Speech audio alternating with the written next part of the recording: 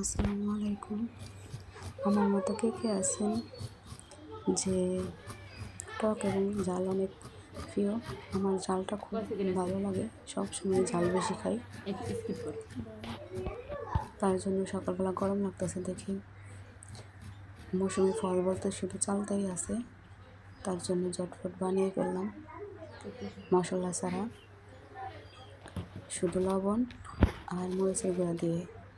সরষের তেল ছিল না, তার জন্য দিতে পারিনি। আপনারা খেয়ে দেখতে পারেন কেমন লাগে।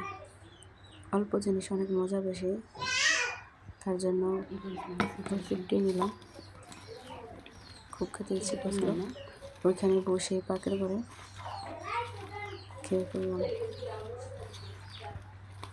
আপনাদের কাছে মজা নাও লাগতে পারে, আমি হয়তো ওই রান্না করছিলাম, তার জন্য গরম লাগছিল, তো তার জন্য খেয়েছি।